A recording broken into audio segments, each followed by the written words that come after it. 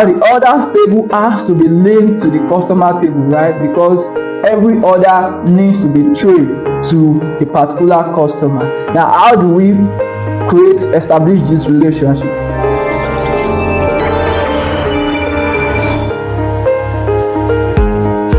So today we're going to be looking at relationships in SQL. So we need to understand relationships, because this is crucial to designing efficient database and writing complex queries. We're going to see this as we proceed. So understanding the relationship and how to use them helps us normalize our database. Now, when we talk of normalization, what are we talking about? This has to do with organizing our data, our large set of data, into smaller tables that are manageable. So that is just what normalization is all about. Now, this in turn helps us to reduce redundancy. Now, you already know when we talk about redundancy in data, it has to do with repeating a set of data multiple times, and that in turn use up unnecessary space, which may negatively impact our storage and our optimization of the database. So with the right relationship, we are able to reduce redundancy while maintaining the highest efficiency and optimizing our database, and that also helps us to maintain integrity. Now, integrity has to do with consistency in our data. With relationship, we maintain the right consistency, which means that when a table is related together, then whatsoever data that will be entered in both tables they must be the same. So in establishing this relationship between two or more tables, we make use of what we call keys. Now, what's a primary key? A primary key is a column in your table that make every record in your table unique. So it helps to ensure that there's no duplicated value in a table. So that makes it unique. For instance, let's say we have a table called staff table. So each staff is expected to have a staff ID, right? And each ID has to be unique. No two staff have the same IDs. So it is the primary key, the staff ID column is going to be a primary key because it's going to ensure that the staff ID is unique for each staff. That is what primary key does for us. Why a foreign key now is that primary key in a table that is now used in another table to link the table together. So we call it helps ensure referential integrity. A foreign key is a primary key that is used in a foreign table as a link to relate the two tables together. I hope you get that. Okay, there are three basic different types of relationship. And the first one is one-to-one. So in a one-to-one relationship, it means that each row in table A, assuming, is only related to a row in table B.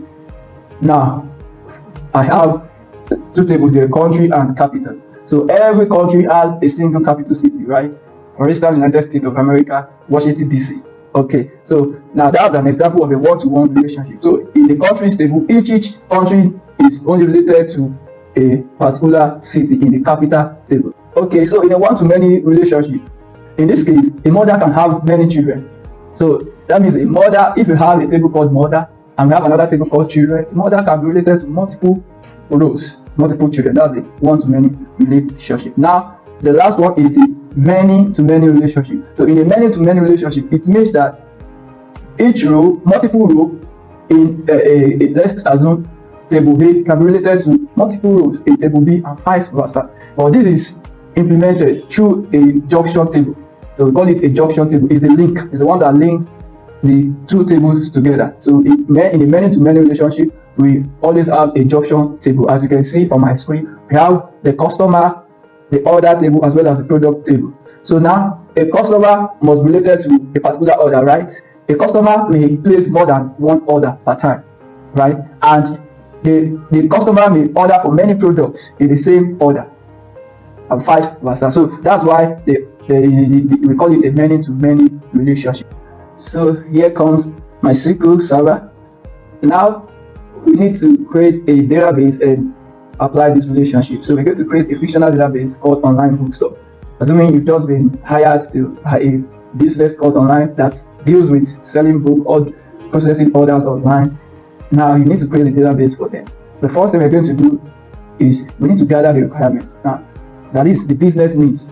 Why do they need this database? what are the things that this database will help them do? So I said to manage the customer data, to track books, to process orders, and handle auto information. So it means this database we're going to create must meet all of these needs, right?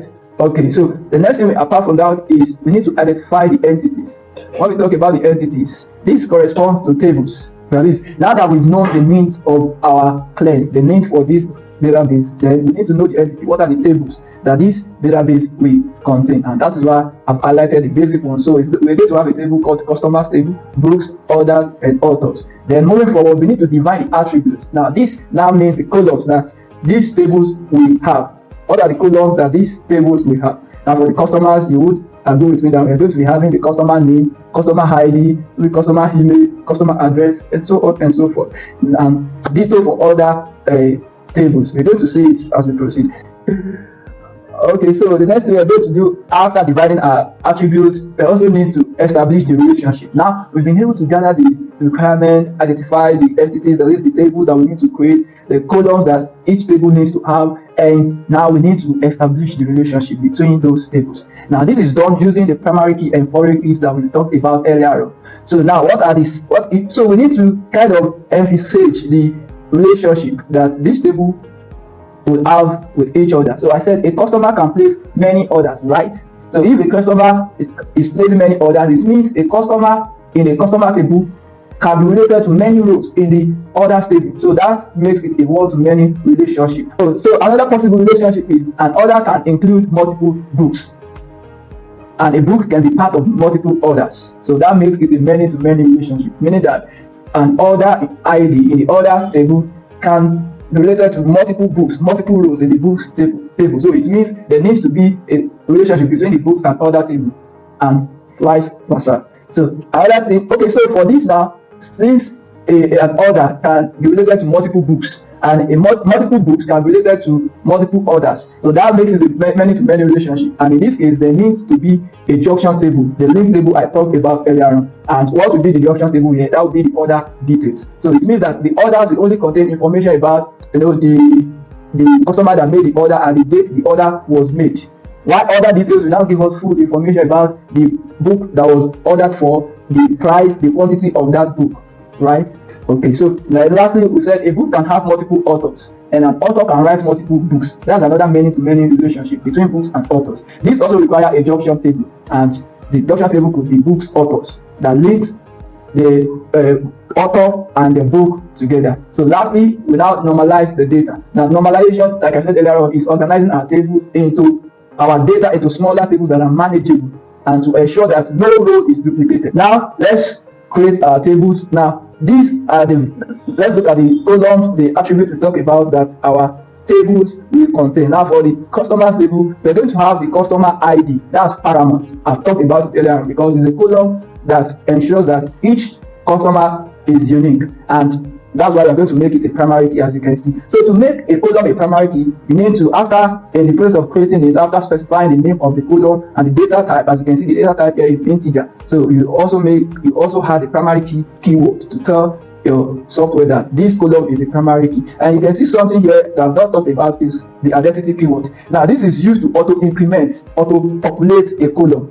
Most times we use it for an ID column that we don't want to manually impute by ourselves, but we want it to auto-generate upon every entry. Identity keyword is specific to SQL Server. Using PostgreSQL, I think you use Syria. While my SQL, we use auto-increment. So, but this is SQL, this is specific to SQL Server. Now, when you want to auto-increment a column, you need to set the starting value and the value of increment. Now, what I'm setting here is that this column should start from 100. That is, the least customer ID should be 100, and it should increase with 1. So that is what this one here means. I hope you get that. Now we have other columns. We have the first name, the last name, the email, as well as the phone number. So in your own case, if I want to add address to it, you'll still work on. So that is that about the customers table. Then we see the books table. We have the book ID. It's also auto-incremented because we don't want to do this manually. It can be hectic if you have a large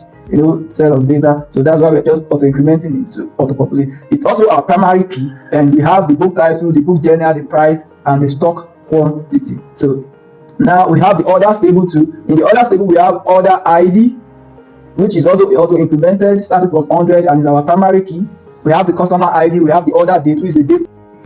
Now this brings us to the relationship we talked about earlier on. Now the orders table has to be linked to the customer table, right? Because every order needs to be traced to a particular customer. Now how do we establish this relationship? That is where our foreign key comes into being. Now it means that in our orders table, you can see we have a column called customer ID. This customer ID is a derived column from our customers table and is serving a purpose here. And what is the purpose? Is the one linking the orders table with the customers table, so that we can be able to trace every order to a particular customer. So how do we do that? We need to reference the customer ID. So we say foreign key, that is a column in the customers table called customer ID, is referencing. So our foreign key here is a column right in our table that is from another table, and it should reference a table. It should reference its natural table, and that's why we say foreign key customer ID here, referencing the customers table on what column? Customer ID. So whatever foreign key that you are using, the reference must be the same column in the reference table. That's why you can see the customer ID here in our orders table, customer ID as well in our customers table. So with this foreign key, it will enforce what we call referential integrity, which means whatever value that is registered in our customer ID must also be the same that we have in our orders table. So if in our orders table now we are trying to register a order against a customer ID that does not exist in our customer table, our database is not going to accept it because it has violated data integrity. So that is why we say foreign key, they are very important. They help us to maintain our data integrity and validation. So now same goes for the order details table, the one we talked about, that is the junction between the customers and orders table. So now so the orders table only contains few information, which are the order ID, which is unique for each order, the customer ID, which is registered against each order, and the order date, the date the order was made. While in the order details, now order details give us full information, full details of the order. Now we need to also have the order ID so that we can be able to link it to each order. So we have the order ID, the book ID. So we need to know which particular book, because that's their main product, which particular book was purchased in this order. Now what quantity of the book, what was the price at purchase. So that's why we have these columns. And now our primary key, we have order ID, book ID. Now a primary key most times is a single column, and in some cases we can also have it as a composite. And so in a many-to-many relationship, we can have a primary key as composite, and that is what you are seeing here. We have the order ID as well as the book ID as the primary key in our order details. I hope you still remember what a primary key is. So now in this table we have two foreign keys. How? Because the order ID is derived from the orders table, the book ID as well is derived from the books table, and the purpose they are serving here is to establish a relationship between our orders table and order details table, books table, as well as our order details. So now the foreign key, the order ID here, is referencing the orders table on the order ID column. Same goes for the book ID, is referencing the books table on the book ID column. So let's proceed. We also have the authors table. On the authors table, each author needs to have author ID that makes each of them unique, right? So our author ID is also auto-incremented using our identity keyword, and starting from 100 to increase by 1. It's also our primary key. And we have another column called name, which is the name of the author. We have bio, text as the data type. So the reason why we are using text is because text can take as many number of characters as possible. Now you're going to see why by the time we start inserting our values. And the last but not the least is the books author table, which is a junction between the author and the book. So it gives us full information that our author table doesn't have. So here we have the book ID because it has to be linked to a particular book, right? The author ID, it has to be linked to a particular author. Then we have them as our primary key. So we all know that they are both derived column from their natural table. So that means they are foreign key here. So their foreign key, now the book ID is referencing the books table, the author ID is also referencing the authors table. So now by the time we start running this, you will see we would have created a full-fledged database for our online and fictional client. Okay, so let's go now. So we are going to come here as usual, create our database. So new database.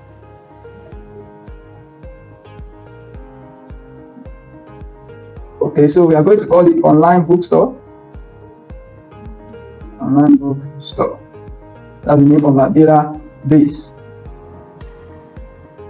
Now we have created our database, so now we need to be on the database first before we start doing that. So I'm already on the online bookstore. Now don't worry, this entire queries, the script is, the link to get it is already dropped in the description below. So make sure you get it, copy it, and run it along with me so that we can be on the same page. Okay, so now we are going to start running this query.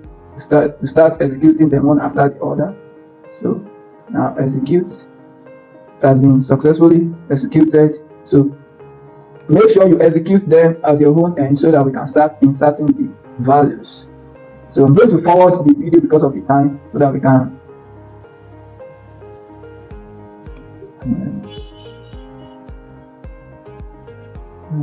run Jerry.